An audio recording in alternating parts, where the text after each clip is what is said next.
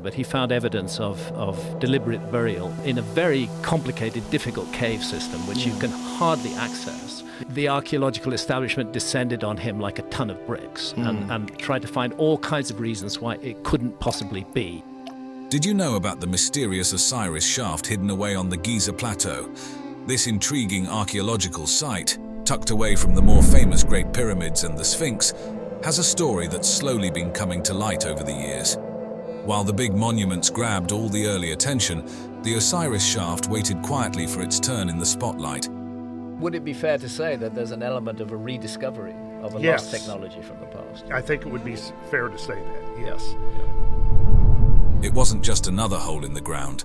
This shaft held secrets of ancient Egyptian civilization and their religious practices that were only beginning to be uncovered.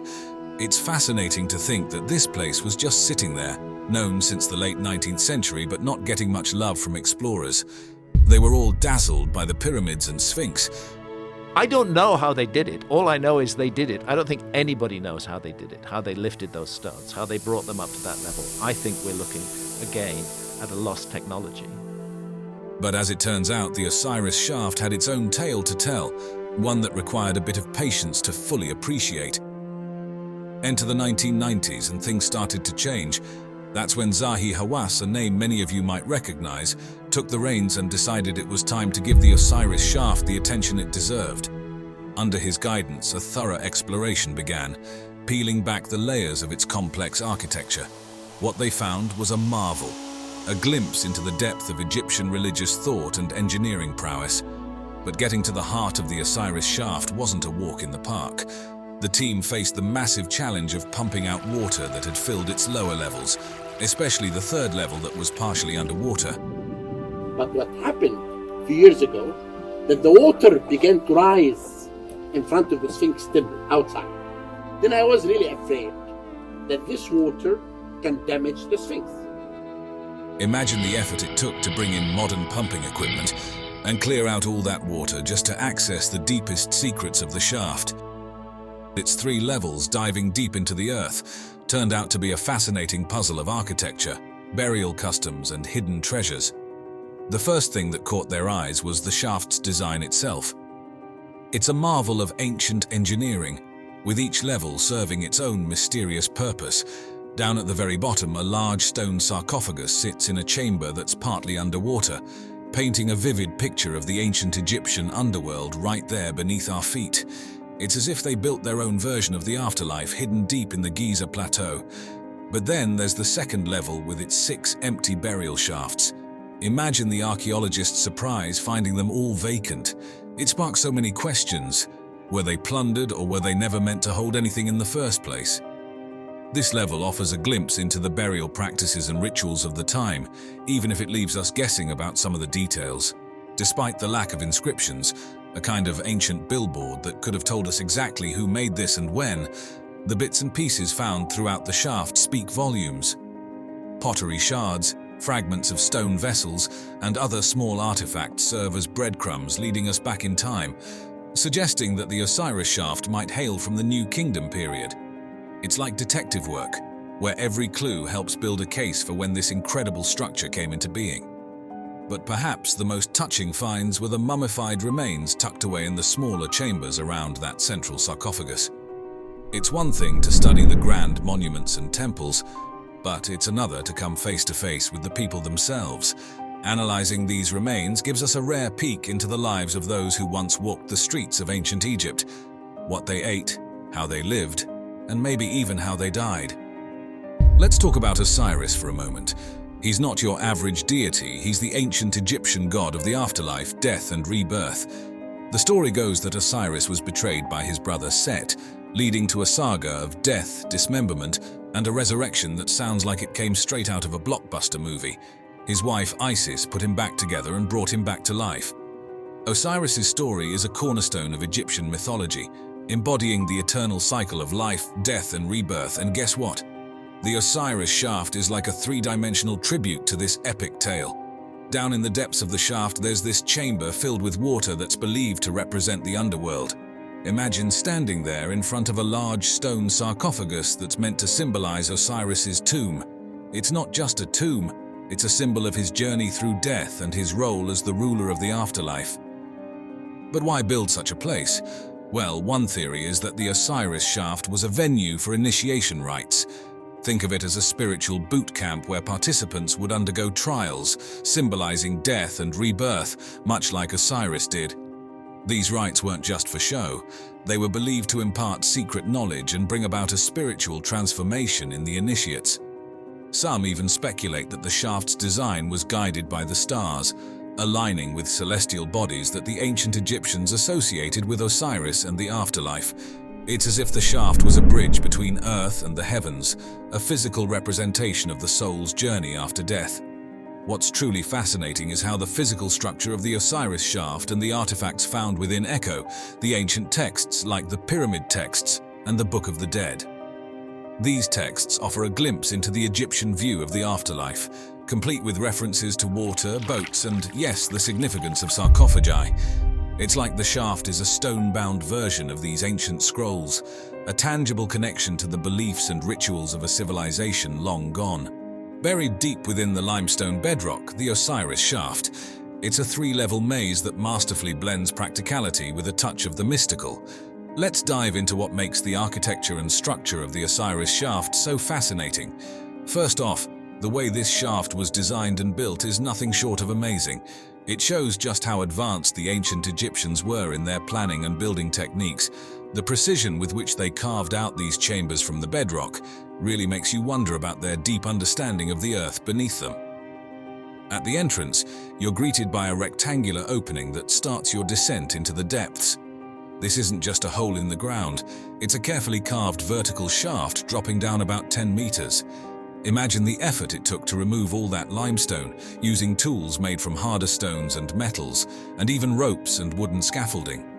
It's a testament to their engineering skills. The first chamber you hit is pretty modest. No flashy decorations or treasures, but its simplicity might have been the point. It's like a waiting room or a space for getting ready for something more profound down below, maybe even for some kind of purification rites. But the real intrigue starts when you go deeper to the second level. Here, there's another shaft leading down another 20 meters, and this chamber is a bit more complex. These shafts could have been meant for actual burials, or perhaps as a representation of the journey to the afterlife. The third level is where things get even more dramatic. You go down another shaft, and this time you're 30 meters below the surface. Here lies a large stone sarcophagus, right in the center of the chamber. This isn't just a burial place, it's a symbolic representation of Osiris's tomb. The fact that this chamber is partially filled with water from the natural aquifer adds to the mystique, tying it to themes of rebirth and purification in Egyptian mythology.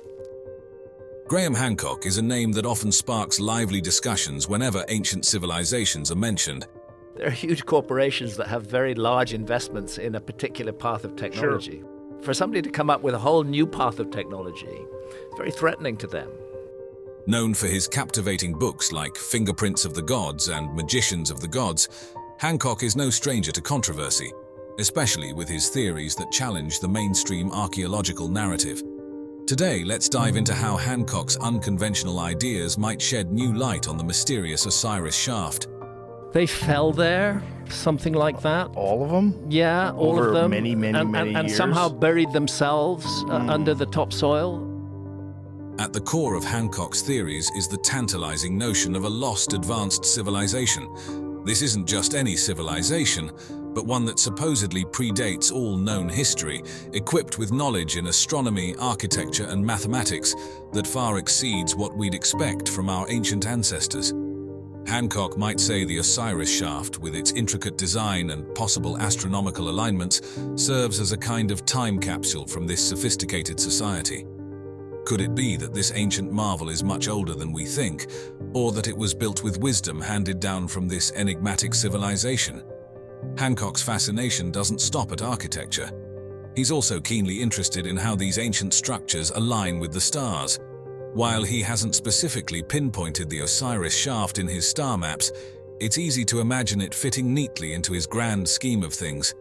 Could the shaft's orientation hint at a connection to celestial events or constellations tied to Osiris and the themes of death and rebirth?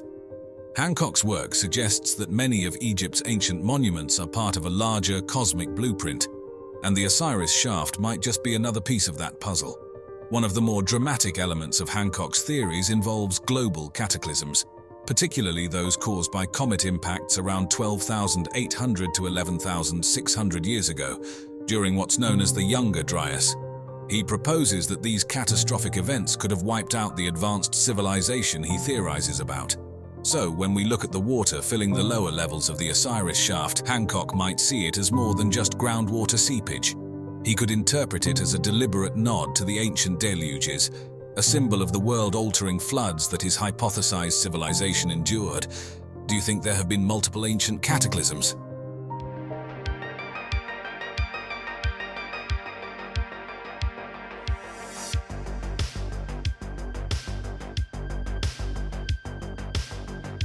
This is one of the things that, the archaeologists and the prehistorians, people are looking at that, have failed to take into account.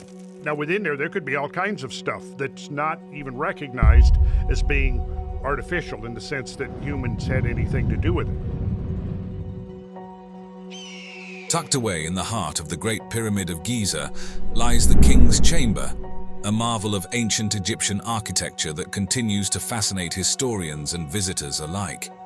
If you look at the famous King's Chamber, its walls and its ceiling of the King's Chamber are all made with gigantic granite blocks. Imagine walking through the Grand Gallery, a corridor stretching 47 meters long and rising 8.6 meters high to reach this iconic chamber. This journey alone, through such an expansive space within the solid stone of the pyramid, showcases the incredible skill of ancient Egyptian builders. Now, Egyptologists will tell you that, they could move heavy blocks because they put them on wet sand and they push them along on wet sand. Well, maybe if you're just at ground level, that will do. But when you're 350 feet above the ground, as you are in the King's Chamber, that won't do at all. The King's Chamber itself is a testament to the Egyptians' advanced understanding of materials and construction techniques. Carved from red granite brought all the way from Aswan, over 800 kilometers away, the chamber's very walls speak of a civilization capable of monumental feats of logistics and engineering.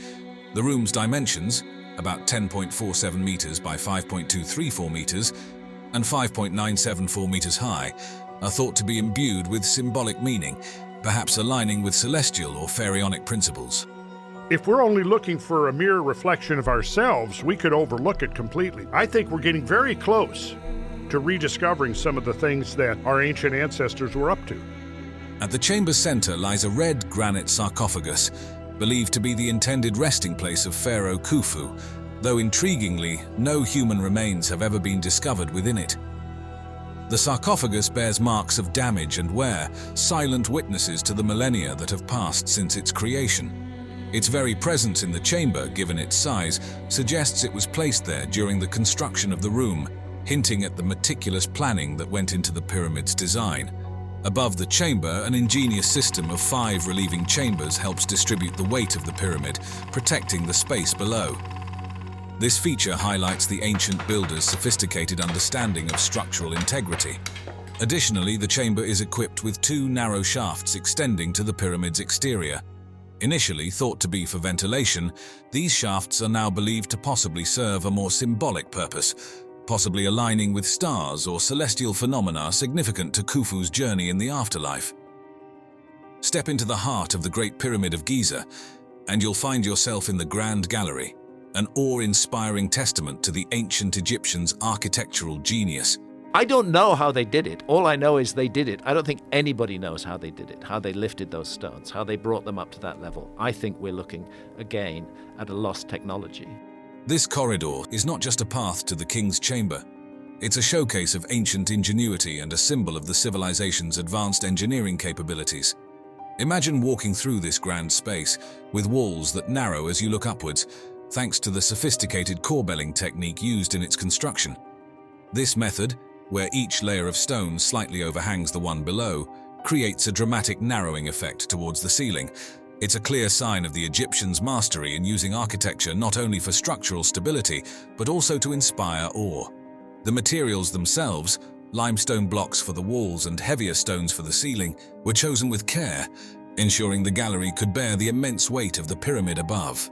The Grand Gallery served a crucial role as the gateway to the king's chamber, possibly designed to awe and inspire those who walked its length. But its purpose might have extended beyond mere access. Some scholars suggest it played a part in the pharaoh's funeral procession or other rituals connected to the afterlife journey. Features like the Great Step, a massive stone at the gallery's end, and various slots and holes along its walls hint at a space designed for more than simple passage, possibly aiding in the construction of the chamber. Moving on to another fascinating marvel of the pyramid, the Queen's Chamber. It holds mysteries that have puzzled scholars and enthusiasts for centuries. Despite its regal name, it's widely believed that this chamber was never intended as a final resting place for a queen. The lack of any burial artifacts and its distinctive features have sparked endless speculation about its true purpose. Positioned centrally within the pyramid, yet at a lower elevation compared to the majestic king's chamber, the Queen's Chamber offers its own unique allure. Imagine venturing about 20 meters above the ground level through a corridor extending from the Grand Gallery to discover this intriguing space. Its dimensions create an unexpectedly spacious environment, with a pointed roof reaching up towards the pyramid's core, adding to the chamber's grandeur. One of the chamber's most striking features is a large niche in the eastern wall. Standing about 4.6 meters high, this vertical recess has baffled many. Was it intended for a statue serving a symbolic or ritualistic purpose, or does it hold a deeper meaning related to the pharaoh's journey in the afterlife? The construction technique of the chamber's roof, using corbelled layers of stone that create an inverted V-shape, mirrors the design seen in the king's chamber, suggesting a deliberate architectural choice to ensure stability and perhaps to bear symbolic weight. Theories about the chamber's purpose are as varied as they are fascinating. Some suggest it was used for rituals related to the pharaoh's rebirth or regeneration, with the niche possibly housing a statue or symbolic object. Others propose that its location and design might reflect ancient Egyptian cosmological beliefs or serve a more mundane purpose, like distributing the pyramid's weight or housing a statue of the deceased in a serdab-like arrangement. Recent technological advances have opened new doors in understanding the Queen's Chamber.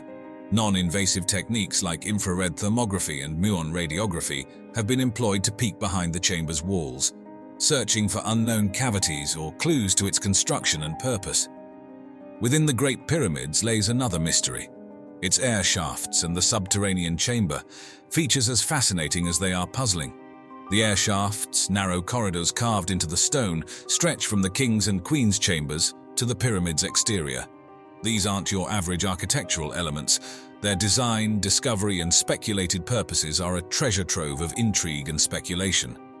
First off, these air shafts are tiny, just about 20 by 20 centimeters, too narrow for any human to pass through. They zigzag with precision towards the heavens, pointing to specific regions in the sky that held great significance in ancient Egyptian cosmology. Discovered in 1872 by the engineer Wayman Dixon, the shafts from the Queen's Chamber were a late find in the pyramid's history, adding layers to the mystery surrounding this ancient wonder. Originally thought to ventilate the chambers, this idea doesn't hold up for the Queen's Chamber shafts, which don't quite reach the exterior. Instead, the prevailing theories are far more mystical. Some believe these shafts were aligned with stars or constellations like Orion and Sirius, linking the pharaoh with the gods of the afterlife. The intrigue doesn't end there. With modern tech, robotic cameras probe these shafts, uncovering doors and chambers within, deepening the mystery. What were these ancient engineers up to? The plot thickens with the subterranean chamber, a rough-hewn space carved into the bedrock. Unlike the finished elegance of the pyramid's upper chambers, this one's all raw edges and mystery, suggesting it was abandoned mid-construction. Was it intended as Khufu's original tomb, a symbolic underworld, or something more practical like a flood defense? Theories abound, but no one's quite cracked the code. This chamber's unfinished nature has led to all sorts of speculation about its purpose and why it was left incomplete. Imagine stumbling upon a hidden chamber within one of the world's oldest and most mysterious monuments. That's exactly what happened when scientists discovered the Big Void, a revelation that's as thrilling as it is mystifying. The key to uncovering the Big Void was muon radiography, a fancy term for a technique that uses naturally occurring particles called muons. which rain down from the Earth's atmosphere. These particles have the unique ability to penetrate solid stone, providing a way to peek inside the pyramid without drilling or causing damage. By detecting variations in muon density, scientists can identify empty spaces, like our newly found void. This discovery was the result of international teamwork, part of the Scan Pyramids project, which brought together experts from around the globe to explore the pyramid's innermost secrets. So, what do we know about the Big Void? Well, it's situated above the Grand Gallery, a known cavity within the pyramid, and stretches for at least 30 meters, roughly the length of the gallery below. Its size suggests it was a significant part of the pyramid's design, but its purpose remains a tantalizing mystery. Was it intended to relieve weight from the Grand Gallery below, a hidden chamber for ceremonies, or perhaps just an architectural quirk? The truth is, we're not quite sure yet. The discovery of the Big Void opens up new avenues for exploration and research. Scientists are now considering more advanced methods to study the void in detail, like drilling small holes to insert cameras, all without harming the pyramid's structure. This void could provide invaluable insights into how the ancient Egyptians built such monumental structures and why they included such spaces within the pyramid's design. Each new discovery within the Great Pyramid is a piece of the puzzle in understanding one of humanity's most remarkable achievements.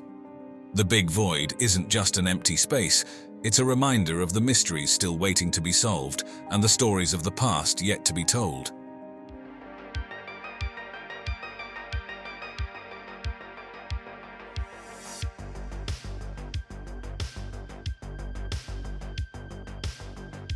So this, if it were true, and it is true, would put the Sphinx back to a much earlier period, which would tie in with Schwaller's work and John Anthony West's subsequent work, that there were indications that dynastic Egypt as we know it, going back to about 3000 BC, was really a legacy of what I call now an earlier cycle of civilization.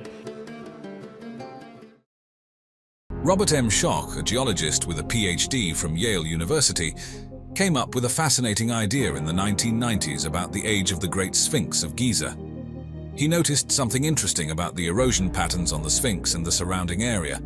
Unlike the typical wind and sand erosion you'd expect in Egypt's deserts, these patterns looked more like they were caused by water. This was a big deal because it suggested that the Sphinx might be much older than we thought. Now, Graham Hancock, a well-known British author who loves digging into ancient mysteries, found Schoch's theory really interesting and started supporting it. Since the early 1990s, question marks have been raised over the age of the Great Sphinx of Giza in Egypt. Egyptologists think it's about 4,500 years old, although there's not a shred of inscription evidence to support this date. Independent researcher John Anthony West and Robert Schoch, professor of geology at Boston University, have made a case that the Sphinx must be much older than that. Hancock is known for questioning the usual stories we hear about historical and archaeological sites. Schoch's theory caught his eye because it suggested that the Sphinx was around during a time when Egypt had a lot of rain, which was way back around 8,000 to 10,000 BCE. This idea of heavy rainfall leading to the erosion we see on the Sphinx today is really cool, but also quite controversial. You see, traditionally, archaeologists have dated the Sphinx to around 2500 BCE, during Pharaoh Khafre's time. They base this on where the Sphinx is located in the Giza pyramid complex and how it looks compared to other stuff from that period. But if Schoch is right and the Sphinx was actually built when it was much wetter in Egypt, then it could be thousands of years older than we thought, maybe even dating back to the Neolithic era. That's a pretty big shakeup in how we think about ancient Egyptian history. To put it bluntly, the Sphinx did not originate with Khafre in the 4th dynasty, and really the beginning of my serious work and career looking at ancient civilizations. Instead of the typical wear and tear you'd expect from wind and sand in a desert, the Sphinx had features like deep cracks, wavy lines on its limestone walls, and smooth, rounded edges. These are the kinds of things you usually see with water erosion, not wind or sand. Now, the Sphinx is made out of limestone, which is pretty easy for water to wear down. And what's interesting is that this limestone is made up of different layers, some harder than others. Schock saw that the water erosion affected these layers in a way that you wouldn't really see if it was just wind and sand doing the damage. But here's where it gets even more intriguing. Schock looked at the climate history of the Sahara Desert and the Giza area and found out that way back between 10,000 and 5,000 BCE, this place wasn't the dry desert we know today.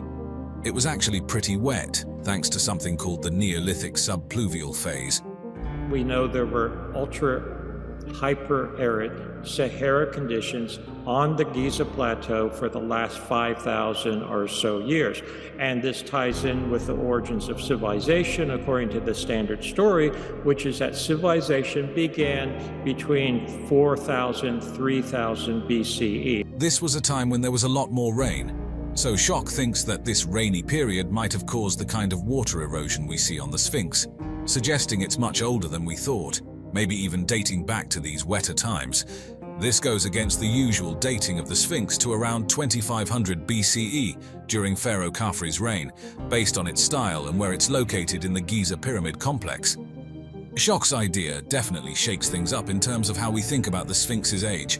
So Robert Schock didn't just look at the Sphinx in isolation when he was thinking about this whole water erosion idea. He actually compared the wear and tear on the Sphinx with other ancient limestone sites that had been exposed to a lot of rain. This was his way of checking if what he saw on the Sphinx matched up with known patterns of water erosion elsewhere. It's like looking at different worn-out jeans to figure out if they got ripped from climbing trees or just from washing them a lot. He found sites with a clear historical background where they knew for sure that rain had done its thing over the years. When he looked at these places, he noticed that the erosion patterns were quite similar to what he was seeing on the Sphinx. This kind of bolstered his argument that the erosion on the Sphinx could really be from water, not just wind or sand. You look at the evidence, and that's really where I was coming from. But my point is that even in the late 1980s, early 1990s, when I first got involved with this, if I looked at it critically, the evidence was not that definitive for the age of the Sphinx. Schock's approach was pretty comprehensive. He wasn't just a geologist looking at rocks. He was also considering the weather patterns from thousands of years ago and what archaeologists were saying about these ancient sites. It's like he was piecing together a big jigsaw puzzle from different fields of study. But of course, there are always different sides to a story. Some critics pointed out that the erosion could be due to other natural processes unique to the Giza area, like fluctuations in groundwater, or the way certain chemicals in the air might wear down the rock.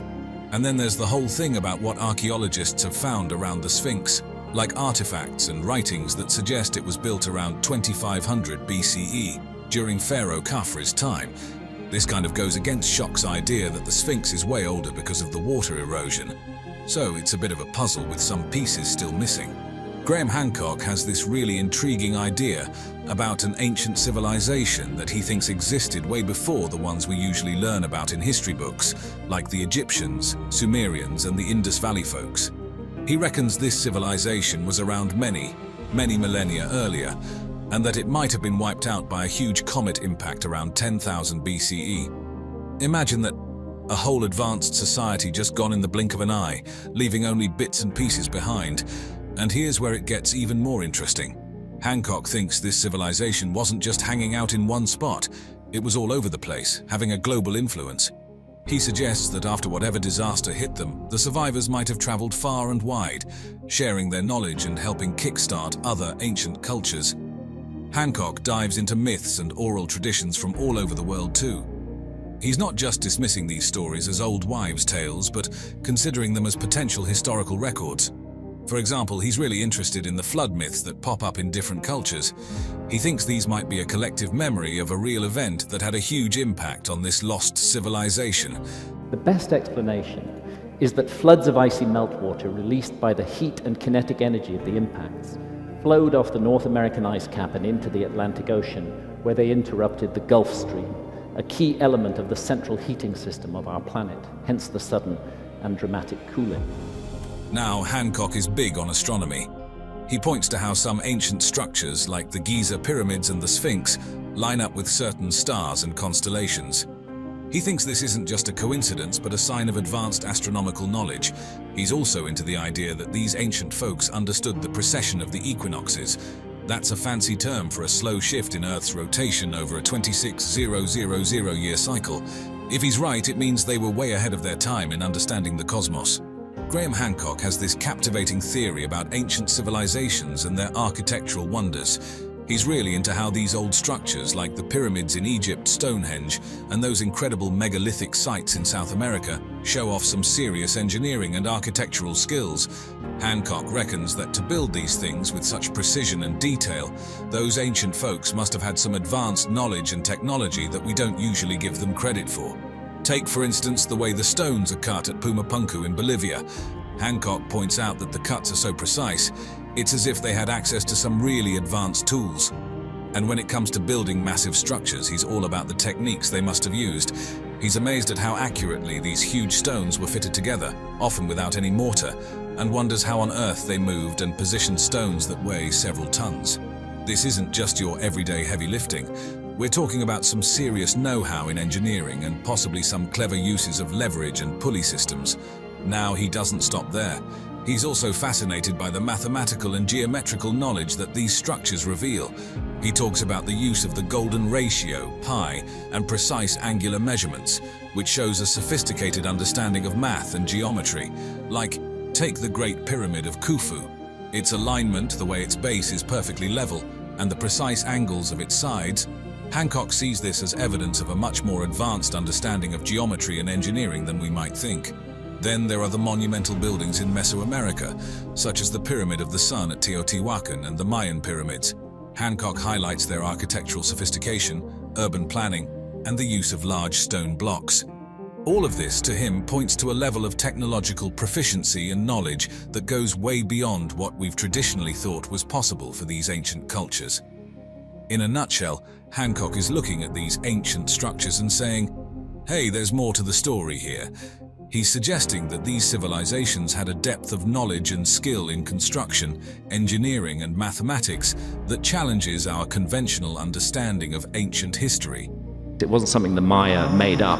The Olmecs used that same symbolism. So the Mayan calendar is actually an Olmec calendar. And if we then consider the possibility that the Olmecs may just be the latest, the earliest surviving manifestation of that calendar, it could go back. Then there's Teotihuacan in Mexico. Hancock looks at the layout of this ancient city and sees a kind of mirror image of our solar system's planetary orbits. To him, this suggests that the people who built Teotihuacan had a pretty detailed knowledge of astronomy and space. Stonehenge in England is another example. Hancock thinks it was used as an astronomical observatory because of how it aligns with the solstices. He sees this as further evidence that ancient people understood celestial movements really well. And let's not forget about the Pyramid of Kukulkan at Chichen Itza. During the equinoxes, this pyramid casts a shadow that looks like a serpent. Hancock sees this as a sophisticated way of tracking the sun's path, again showing an advanced understanding of astronomy. Hancock also dives into the idea of precession, which is this slow wobble in Earth's rotation that takes about 26,000 years to go full circle. He looks at how the Giza pyramids align with Orion's belt, and how the Sphinx lines up with the Leo constellation during what's known as the Age of Leo, around 10,500 BCE. He thinks these alignments aren't random but deliberate, showing that the people back then understood this complex astronomical phenomenon. So, in a nutshell, Hancock is really into the idea that ancient structures around the world weren't just built for the heck of it.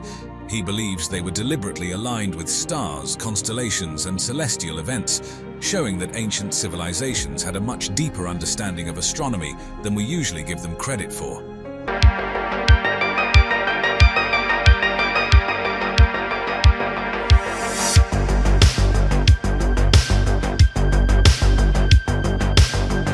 By all accounts, we are looking, if we take what's still under the ground into account, we're looking at the largest megalithic site that's ever been created on Earth.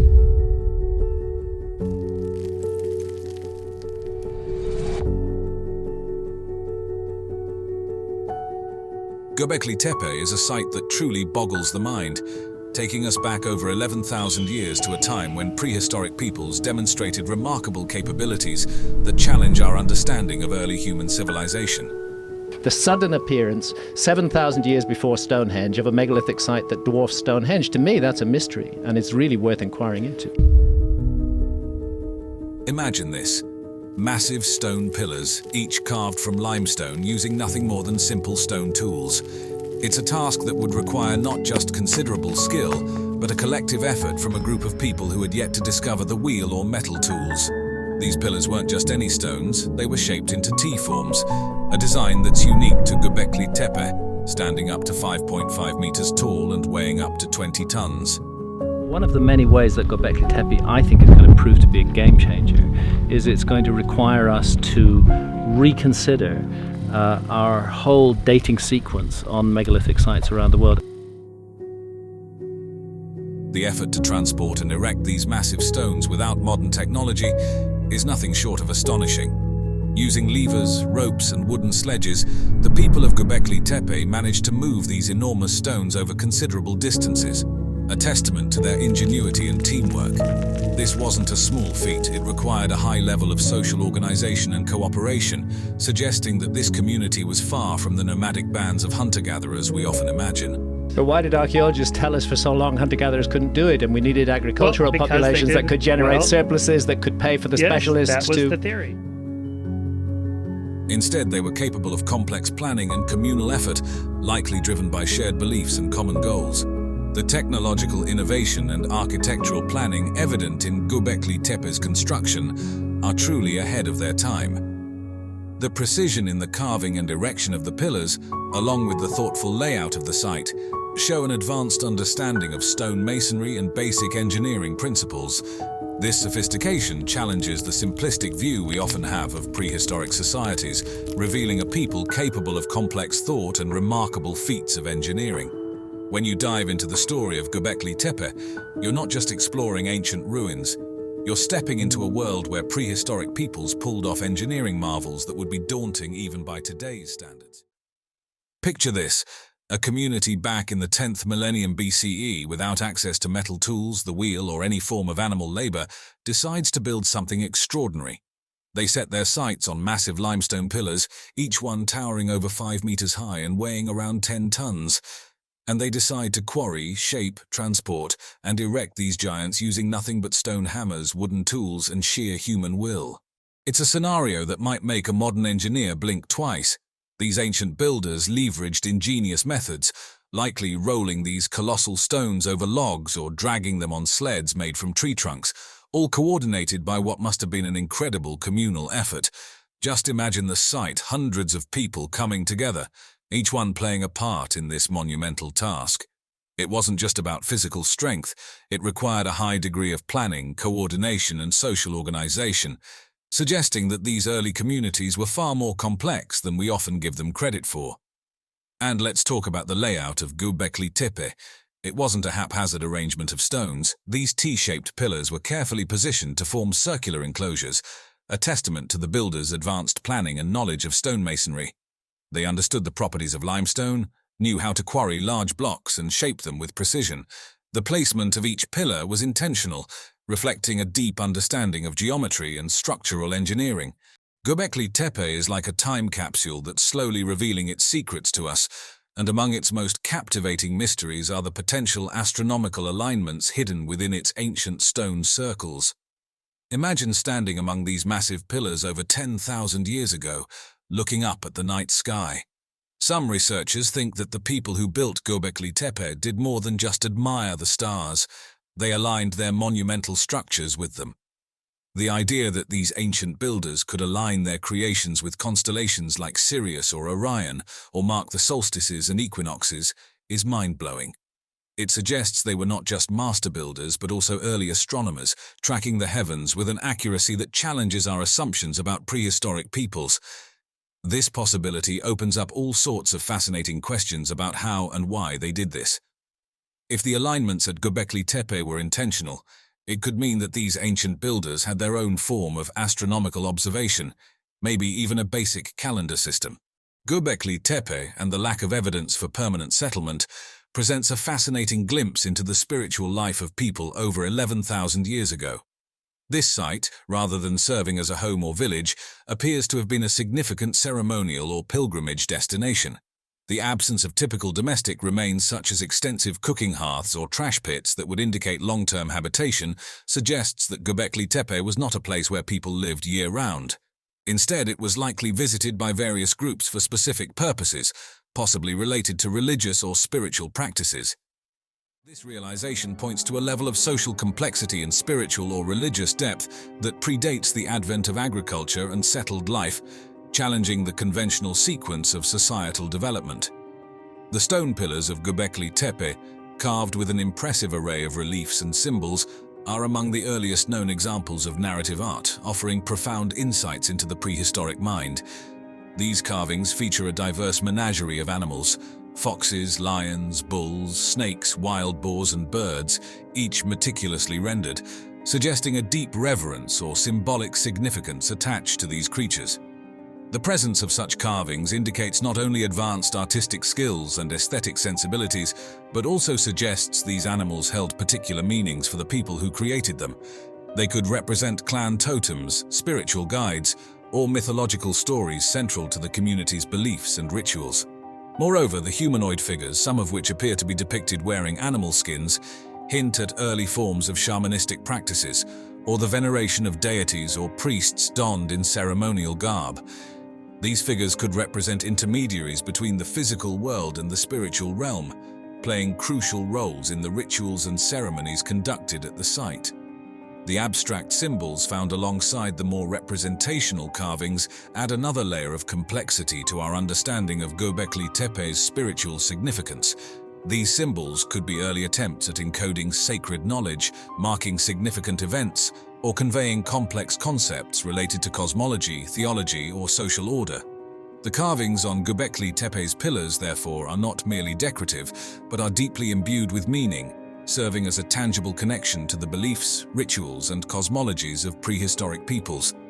They provide a window into a world where spirituality was expressed through the medium of stone, and where the natural and supernatural realms were closely intertwined.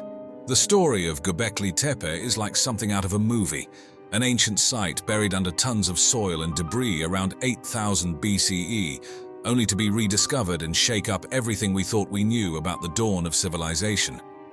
This wasn't just a case of a lost city getting swallowed up by the sands of time. It was an intentional act, a massive project that likely took as much effort and organization as the construction of the site itself. Why would a society go through such lengths to bury this place? The theories are as fascinating as they are varied, ranging from ritualistic closure to a strategic move for preservation against natural disasters or even invasions. But here's the kicker. Göbekli Tepe turns the Neolithic revolution's narrative on its head. The common story is that agriculture kick-started the rise of complex societies and monumental architecture. The idea that we come across that another turn of the spade reveals information that causes us to reconsider not just was it hunter-gatherers or agriculturalists, but perhaps something bigger than this is involved. Yet here we have an elaborate complex built by hunter-gatherers long before farming took hold. It suggests that the impulse to gather for religious or ceremonial reasons might have been a driving force behind settling down and forming communities. This discovery forces us to rethink not just the timeline of human history, but the very factors that drive societal development. Göbekli Tepe shows us that hunter-gatherer societies were capable of a level of organization, cooperation, and spiritual expression that we usually only attribute to settled farming communities. It hints at a world where shared beliefs and rituals were the glue that held societies together, potentially paving the way for the transition to a sedentary lifestyle.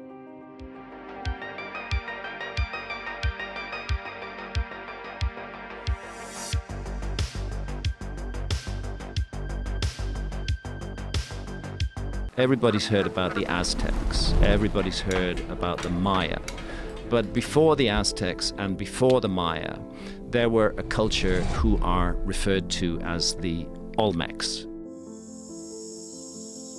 I explored the Olmec mystery in considerable depth. At the turn of the 19th to the 20th century, an era brimming with curiosity and the spirit of discovery, the ancient civilizations of Mesoamerica began to captivate scholars and adventurers alike. This period, steeped in Victorian-era fascination, saw ancient cultures not as relics of the past, but as windows into a grand, albeit lost, world. The settlement story of the Americas is much more complicated than we've realized. Fueled by a mix of exploration, colonization, and a penchant for romanticizing the unknown, people were drawn to the mysteries that ancient societies held. Institutions in Europe and the United States, including museums and universities, recognized the value of understanding these indigenous civilizations. They began to fund expeditions, not just for the sake of collecting artifacts, but to delve deeper into the history and culture of these ancient peoples. This marked a significant shift in archaeology, transforming it from a quest for treasures to a scientific discipline focused on careful excavation and analysis. This is part of a curious mystery that is not unconnected to the genetic mystery. The Olmec civilization, with its colossal heads and intricate stone structures, was one of the earliest to be uncovered. Yet in these initial stages, many artifacts were mistakenly attributed to the more familiar Maya and Aztec civilizations. This was largely due to their apparent similarities in artistic style, and because these civilizations were better understood at the time. It's been known by archaeologists for quite a long time that there are anomalous skulls in parts of Brazil. The unique aspects of Olmec art and iconography were not immediately recognized, highlighting the challenges faced by early archaeologists in differentiating between the complex cultures of the region. Two figures who played a pivotal role in bringing the wonders of Mesoamerica to the Western world were John Lloyd Stephens and Frederick Catherwood. Their expeditions, documented in Incidents of Travel in Central America, Chiapas and Yucatan, and Incidents of Travel in Yucatan, not only introduced the Maya civilization to many, but also set a standard for future archaeological work. Their detailed illustrations and engaging narratives captured the imagination of the public, sparking a wave of interest in ancient Mesoamerican cultures. This era also saw the beginnings of comparative archaeology, where discoveries from Mesoamerica were placed in a global context, offering new perspectives on the development of human societies. Museums evolved from mere collections of curiosities to centers of research and education, significantly contributing to the dissemination of knowledge about these ancient cultures. Furthermore, the late 19th and early 20th centuries witnessed the emergence of interdisciplinary approaches in archaeology, incorporating anthropology, linguistics, and even early environmental science, which enriched the understanding of Mesoamerican civilizations. The story of how the colossal stone heads became recognized as a key to understanding the Olmec civilization is a fascinating tale of curiosity, exploration, and eventual enlightenment within the archaeological world. Initially stumbled upon by Western archaeologists in the late 19th and early 20th centuries, these massive sculptures, some towering over 9 feet tall and weighing several tons, presented a mystery. But what's fascinating about them is they are supposedly the first high civilization of Central America. With their distinctive facial features, including flat noses and fleshy cheeks and often adorned with helmet-like headgear, they captivated those who found them but left many questions unanswered. What do we think those helmets were that they were wearing? Nobody knows, because no physical example of such a helmet has ever been found, just like no physical example of an Egyptian pharaoh's crown has ever been found. The first significant acknowledgement of these heads came from José Melgar Serrano in 1862, when he uncovered one at Tres Zapotes in Veracruz. Melgar described the sculpture as having Ethiopian features, a reflection of the era's interpretations and biases, underscoring how little was known about the Olmecs then. Although Melgar's discovery was groundbreaking, it was initially seen as an isolated find rather than evidence of a broader, unknown civilization. For decades, these colossal heads were viewed more as curious anomalies rather than vital cultural artifacts. Without a wider archaeological context, their true significance was overlooked, and they were sometimes wrongly attributed to other known civilizations like the Maya or Aztec, or even to entirely speculative, unknown cultures. It was a puzzle missing its broader picture, waiting for the pieces to be put together. The narrative began to shift in the mid-20th century, thanks to more focused and systematic excavations in the Olmec heartland, led by archaeologists such as Matthew Stirling. These efforts unearthed additional colossal heads alongside other artifacts, helping to piece together the puzzle of the Olmec civilization. It was through this dedicated work that the Olmecs were finally recognized as a distinct and influential culture in Mesoamerica, predating and potentially influencing subsequent civilizations like the Maya and Aztecs. In 1945, a groundbreaking expedition led by Matthew Stirling to San Lorenzo Tenochtitlan dramatically advanced our understanding of the Olmec civilization, an enigmatic culture that laid the foundational stones of Mesoamerican history. Recognizing the potential significance of these sites, the Smithsonian Institution stepped in, providing the necessary support and funding for a more thorough exploration. The vastness of San Lorenzo, spreading across several kilometers, presented another hurdle. It was impossible to excavate the entire site in one go, so Stirling and his team had to make strategic decisions about where to dig, prioritizing areas where surface finds indicated the presence of significant artifacts. This meticulous approach to excavation was critical, requiring careful planning, mapping, and a methodical technique to ensure the delicate artifacts, some centuries old, were preserved for future study. As they cleared the jungle overgrowth and dug into the ancient soil, Stirling's team was not just unearthing artifacts, they were also piecing together the story of the Olmec civilization. Every artifact, every stone, and every fragment of pottery added a new chapter to our understanding of this ancient culture. The detailed recording and documentation of their findings were essential, providing a basis for future analysis and helping to paint a fuller picture of the Olmec way of life. San Lorenzo, dating back to around 1200 to 900 BCE, stands as a monumental beacon in the study of Mesoamerican history, often celebrated as the oldest major city in the region. This ancient city predates the civilizations of the Maya and Aztecs, providing a unique glimpse into the dawn of complex societies in the Americas. Thanks to radiocarbon dating, researchers have been able to pin down the timeline of San Lorenzo, offering a clearer view of the Olmec civilization's early days. Among the most striking discoveries at San Lorenzo, the site has yielded jade figurines and celts, indicating robust trade networks and the cultural significance of jade.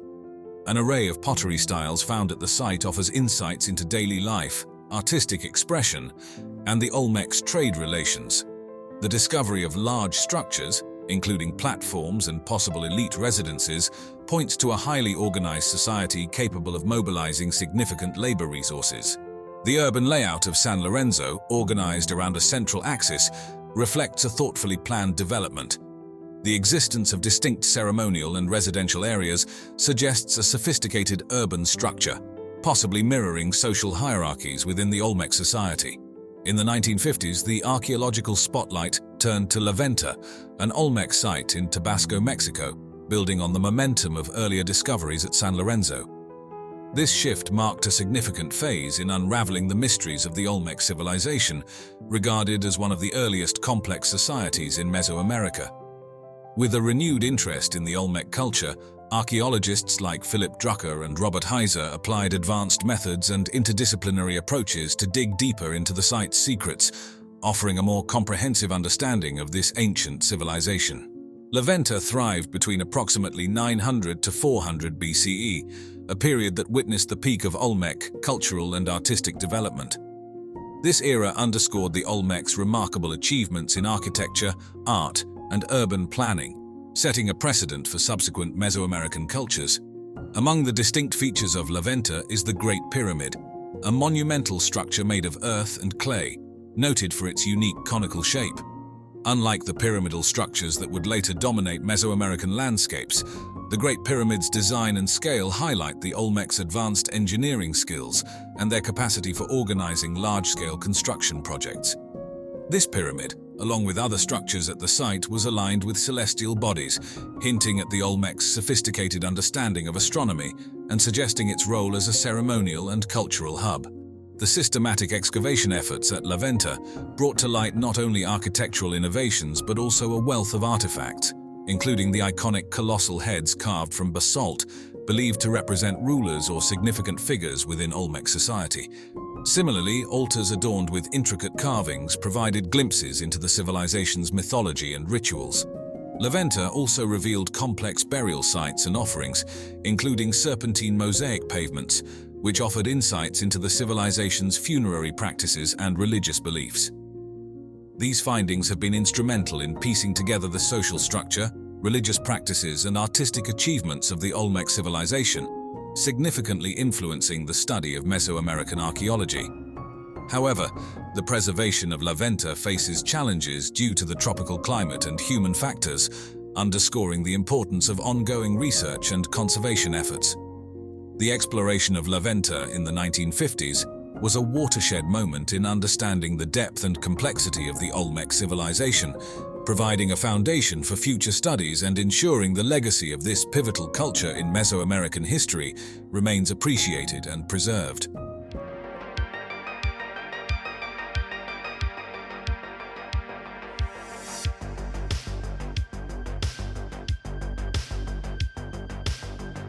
The huge areas of the world that have never been looked at by archaeology at all, or if looked at by archaeology, looked at only minimally. It's really important to understand that archaeology is often driven by accidental finds.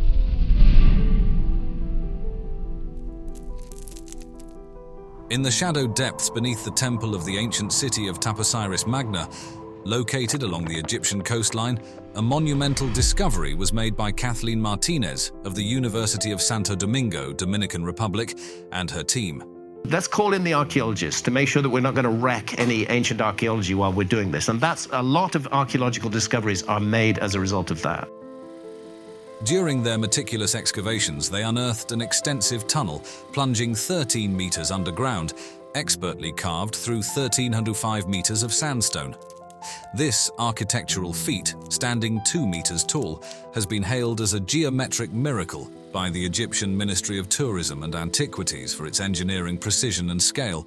It's interesting that the patterns are geometrical. Someone made it, Yeah. and it involved a very large amount of organized labor in order to make it. There had to be the will and the intent in order to do that. The Eupalinos Tunnel, extending over 10 to 36 meters, was an unparalleled achievement in ancient engineering, mirroring the complexity and ambition of the Taposiris Magna tunnel, though the latter's function remains a mystery. Despite being partially submerged in water, the tunnel's purpose, beyond its architectural resemblance to historical works, is still under investigation. The driving force behind Martinez's dedication to Taposiris Magna since 2004 has been the quest to locate the final resting place of Cleopatra VII, the last queen of the Ptolemaic dynasty. Are we looking at the traces of a forgotten episode in human history? I think so. I think that's what's going on here. The excavations at Taposiris Magna have not been in vain, revealing artifacts and signs hinting at the presence of Cleopatra and her ancestors. Founded around 280 BCE by Ptolemy II, a direct descendant of one of Alexander the Great's generals, Taposiris Magna is steeped in the legacy of its founders.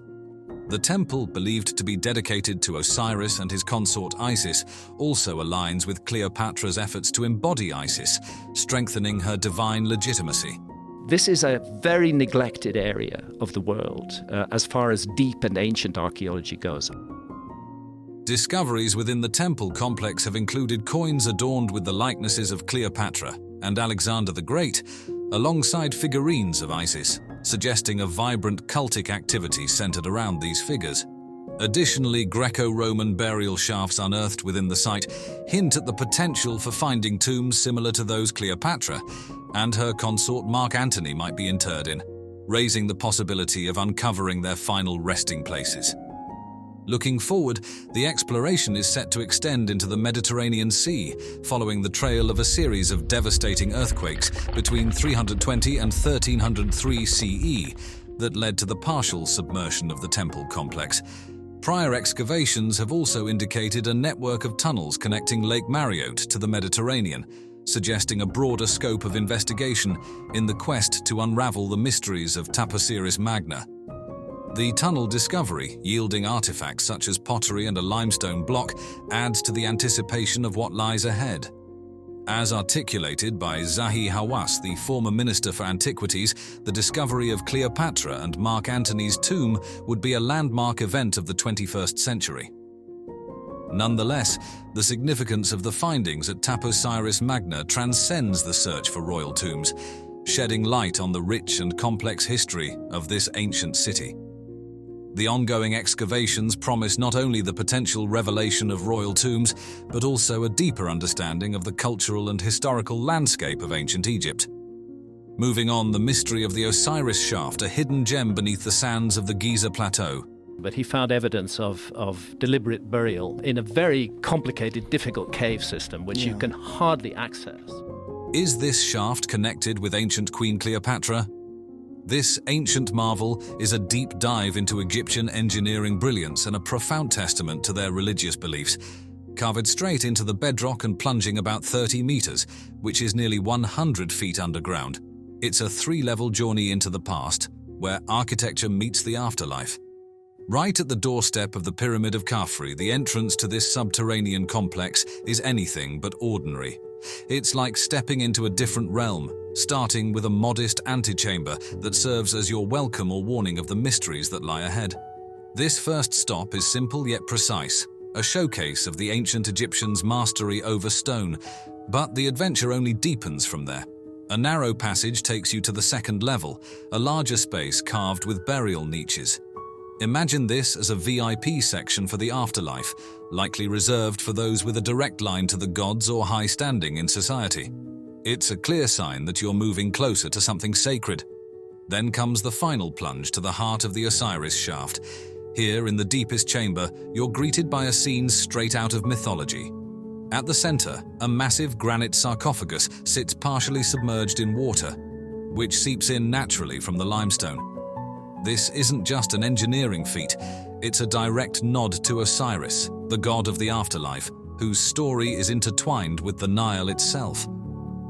The water here isn't just a natural occurrence, it's a symbol of life, death, and rebirth, mirroring the Nile's life-giving floods and Osiris's own resurrection story.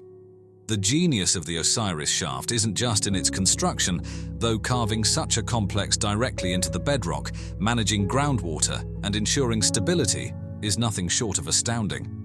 It's also in how it weaves together functionality and deep religious symbolism. This place wasn't just meant for burying the dead, it was a canvas on which the ancient Egyptians painted their beliefs in the afterlife, a physical journey through the underworld that mirrored the soul's passage to eternity. In the end, the Osiris shaft stands as a profound expression of ancient Egyptian architectural and religious thought, a place where the physical and the spiritual meet, carved deep into the earth. The Osiris shaft presents a fascinating narrative of ancient Egyptian beliefs, ingeniously encapsulated in a subterranean complex. This enigmatic site, stretching deep beneath the sands, offers a rare window into the Egyptians' sophisticated burial practices and their reverence for Osiris, the deity of the afterlife and rebirth. The discovery of varied sarcophagi within its depths speaks volumes about the social tapestry and the evolving customs over millennia from the Old Kingdom through to the Ptolemaic period.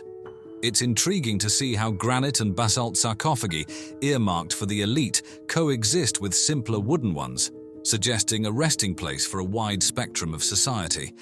The assortment of burial goods unearthed here, from pottery intended for afterlife sustenance to ushabti figures meant to serve the deceased beyond death, underscores a firm belief in an existence after life. These artifacts weren't just symbolic, they were envisioned to spring to life in the afterlife, attending to the deceased. The presence of jewelry, amulets, and various ritual objects further accentuates the shaft's spiritual significance, painting a vivid picture of the personal beliefs and the societal stature of those entombed within its chambers. Less common than in grandiose tombs but equally telling are the inscriptions found within the Osiris shaft. These hieroglyphic texts, drawn from the Book of the Dead, offer prayers and spells to aid the deceased's passage through the underworld, revealing the religious literature that permeated burial rites at the time. The shaft's design and function serve as a profound testament to the myth of Osiris, creating a physical manifestation of the underworld and mirroring the god's mythical entombment in the Nile's waters. This architectural homage to Osiris not only marked the site as a burial ground, but also as a sacred space for pilgrimage and worship, drawing followers to engage in rituals and offerings. The use of water in the deepest chamber, symbolizing purification and rebirth, reflects the Nile's life-giving floods controlled by Osiris, reinforcing the deity's association with agriculture and resurrection. Some theories even suggest that the Osiris shaft's alignment might connect the deceased with celestial bodies, embedding them within the eternal cycle of life, death, and rebirth, a concept that highlights the Egyptians' advanced understanding of cosmology. Exploring the Osiris shaft thus unfolds a rich tapestry of ancient Egyptian life, belief, and architectural prowess. It's a narrative that transcends the mere act of burial, revealing a culture deeply immersed in the mysteries of the afterlife, the divine, and the cosmos. The Osiris shaft stands not just as a monument, but as a bridge between the earthly and the divine, offering invaluable insights into the spiritual and everyday lives of the ancient Egyptians.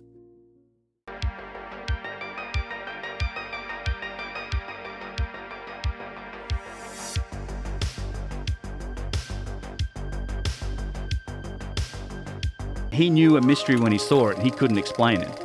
We should be open-minded enough to consider the possibility that some of the answers may sit outside of our current perspective. What do conventional archaeologists say when they're confronted by all of this data? Ever wondered what went on inside those magnificent pyramids of ancient Egypt? Well, buckle up, because we're about to delve into the fascinating world of the ancient pyramid texts. These inscriptions carved onto the pyramid walls around 2400 to 2300 BCE are like a window into the hearts and minds of the people who built these incredible structures. These texts weren't just random scribbles, they were meticulously crafted during a pivotal period in Egyptian history, the twilight of the Old Kingdom.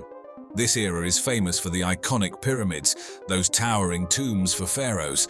The pyramids themselves are a testament to the Egyptians' architectural genius and their deep understanding of math and engineering. But the pyramid texts are more than just historical footnotes. They're the earliest known religious writings from Egypt, offering a glimpse into the beliefs and practices of this ancient civilization. They're like cultural snapshots, showing how art, architecture, and religion were all woven together. The pyramids themselves were seen as the ultimate expression of both religious devotion and the pharaoh's supreme power. Speaking of power, the pharaohs of the Old Kingdom weren't just seen as leaders, they were considered living gods. This concept of divine kingship was the glue that held society together, justifying the pharaoh's absolute authority. The pyramid texts are all about this. They're basically spells and instructions meant to help the pharaoh navigate the afterlife and join the gods, further solidifying the idea of their godlike status. Imagine a society where the pharaoh is at the top of the pyramid, wielding immense power. That's exactly what the Old Kingdom was like. This centralized system allowed them to mobilize the massive resources and manpower needed to build the pyramids. It also meant the government had a tight grip on things, controlling people and resources to a great extent. But running a complex society like this wasn't a walk in the park. It required a well-oiled bureaucratic machine, and that's what the Egyptians had. This network of officials kept things running smoothly, organizing labor, managing resources, and handling the countless details of daily life. It was a sophisticated system for a sophisticated society. We've talked about the cultural significance of the pyramid texts and the social structure of the Old Kingdom, but how did they manage to pull off such massive building projects? Building a pyramid wasn't like putting together a piece of IKEA furniture. It required serious resources and manpower. Imagine this: hauling giant blocks of stone, transporting them for miles, and feeding a whole army of workers for years on end. That's what the Egyptians had to do to build the pyramids. It was a massive undertaking, requiring a well-oiled economic engine. Here's where things get interesting. Contrary to popular belief, the pyramids weren't built by slaves, but by a paid workforce. These workers were likely skilled laborers, artisans, and even seasonal workers, and they were treated pretty well. We found evidence of medical care, food, and even some form of compensation. So how could they afford all this? The answer lies in a concept called economic surplus. Basically, they had enough resources left over after taking care of basic needs like food and shelter to invest in these grand projects. This surplus came from their mastery of agriculture thanks to the Nile River's annual floods. These floods enriched the land and allowed them to grow more food than they needed to survive. freeing up people to work on other things like, you guessed it, building pyramids. But the pyramids are more than just piles of stone, they're symbols too. Many believe they represent the rays of the sun, a pathway for the pharaoh's soul to reach the heavens. This symbolism is deeply connected to the pyramid texts, which are filled with references to the sun god Ra. It all goes back to the Egyptians' belief system, where religion, royalty, and the universe were all interconnected. Speaking of connections, the pyramid texts are like the great-grandparents of later Egyptian religious texts. They paved the way for things like the coffin texts and the Book of the Dead. These later texts show how Egyptian beliefs evolved over time, adapting and becoming more accessible to people beyond just the pharaohs. So we've explored the economic engine behind the pyramids and the deeper meaning they hold. But let's not forget the pyramids themselves. They weren't just giant piles of stone. They were meticulously designed and built with a specific purpose in mind. Imagine these pyramids as giant tombs, built to house the bodies and possessions of pharaohs after they passed away. But they weren't just storage units. They were designed to help the pharaoh's soul on its journey to the afterlife, and that's where the pyramid texts come in. These inscriptions were like a guidebook for the pharaoh's soul, offering spells and protection every step of the way. The most famous pyramid containing these texts belongs to Unas, the last ruler of the 5th dynasty. His pyramid, located in Saqqara, was the first to include these inscriptions, paving the way for future pharaohs to follow suit. Think of it like a new trend. Once Unas did it, other pharaohs like Teti, Pepi I, and even Pepi II decided they wanted pyramid texts too. These texts weren't just scribbled on any old piece of papyrus. They were painstakingly carved into the very walls of the pyramids by skilled artisans. Imagine the dedication and precision it took to etch those intricate hieroglyphs into stone. This not only shows the skill of the craftsman, but also highlights the importance of the texts themselves. They were considered so sacred and valuable that they deserved a permanent and prominent place within the pyramids. Speaking of sacredness, these texts were like the holy scripts of their time. They contained spells, prayers, and hymns, all designed to ensure the pharaoh's safe passage to the afterlife and even his transformation into a god. The fact that they were placed inside the pyramids, which were themselves seen as sacred spaces, further emphasizes their importance. But here's the interesting part. Initially, these texts were an exclusive club. Only the pharaohs got to enjoy their benefits, further solidifying their divine status in society. It kind of reflects the hierarchical structure of the time, where access to certain religious practices and texts was restricted to the privileged few. However, things eventually changed. Over time, the concepts and spells found in the pyramid texts started to trickle down to the broader Egyptian population. This led to the development of the coffin texts, and later the famous Book of the Dead. These later texts mark a turning point, making spells and rituals for the afterlife more accessible, not just for the pharaohs but for regular people too. So the pyramid texts, originally exclusive to the pharaohs, became the seed for a more democratic approach to the afterlife in ancient Egypt. Now, imagine unearthing a piece of history that rewrites what we know about writing. That's exactly what happened in the 1920s when the Kish tablet was discovered in the ancient city of Kish, Mesopotamia. This wasn't just any clay tablet. It was a game changer, offering a glimpse into the very origins of writing and the fascinating society that developed it. Kish was no ordinary town. Located along the Euphrates River, it was a bustling hub of trade, politics, and culture, attracting people from far and wide. This melting pot of cultures likely played a key role in the birth of writing, as different people brought their own symbols and ways of record-keeping, eventually leading to the development of proto-cuneiform script. The discovery of the Kish tablet itself is a story of collaboration.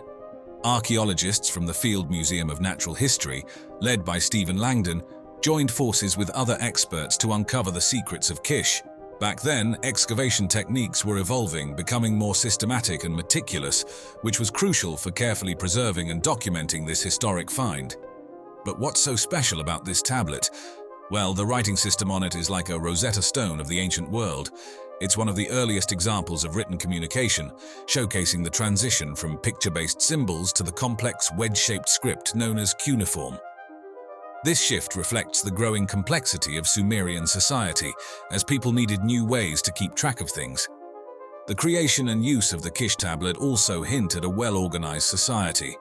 Imagine a city-state managing resources, governing its people, and even engaging in trade with other regions.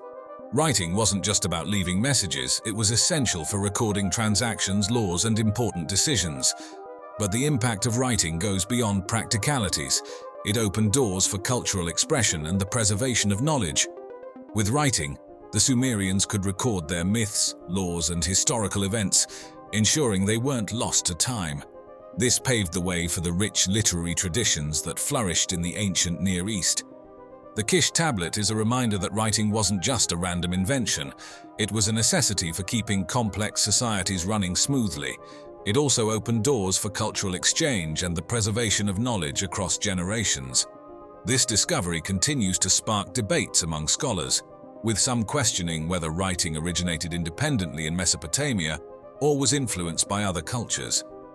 The mystery surrounding the exact function and content of the tablet adds to its allure, making it a captivating piece of history that continues to captivate archaeologists and historians alike.